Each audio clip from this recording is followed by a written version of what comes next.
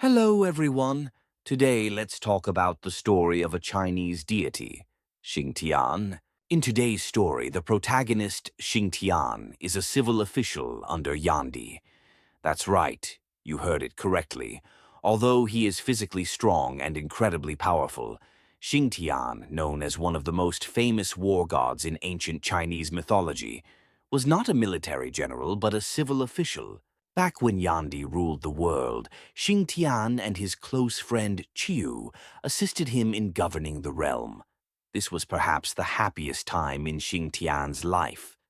After finishing his daily administrative duties, his love for music would lead him to compose songs and poems.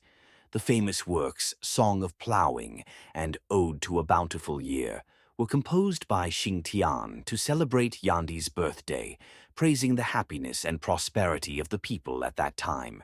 These works later became collectively known as Bumu.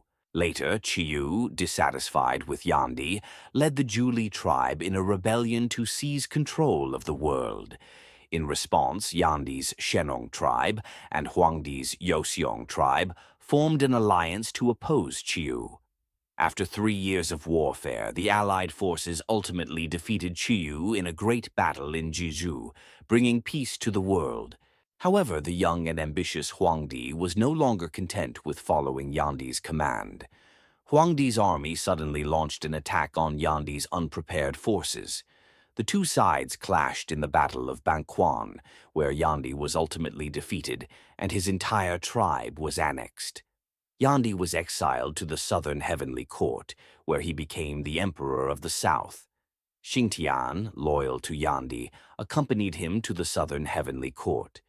Believing that Huangdi had usurped Yandi's rightful rule, Xing Tian's dissatisfaction with Huangdi gradually grew. Later, Qiu rose in rebellion once again, and Xing Tian wanted to assist his friend, but Yandi stopped him. Soon after, news arrived that Qiu had been defeated and killed by Huangdi in the Battle of Zhuolu. Unable to contain his rage any longer, Xing Tian secretly left the southern heavenly court and headed straight for the central heavenly court to seek revenge against Huangdi.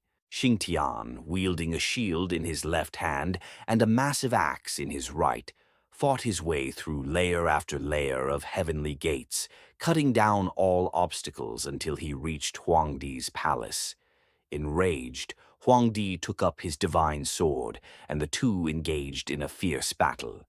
They clashed with sword and axe, each using their full strength, determined to kill the other. Their fight raged from inside the palace to the outside, from the heavenly court down to the mortal realm, until they reached the foot of Changyang Mountain. Though Xing Tian was powerful, he was still a civil official at heart and gradually grew exhausted. Seizing the moment, Huangdi struck and decapitated Xing Tian with a single sword blow. Huangdi then used his divine sword to cleave Changyang Mountain in two, placing Xing Tian's head deep within the mountain. With a spell, he restored the mountain to its original state, burying Xing Tian's head deep within its heart. Even without his head, Xing Tian did not fall. He stood there unwilling to accept defeat at the hands of Huangdi.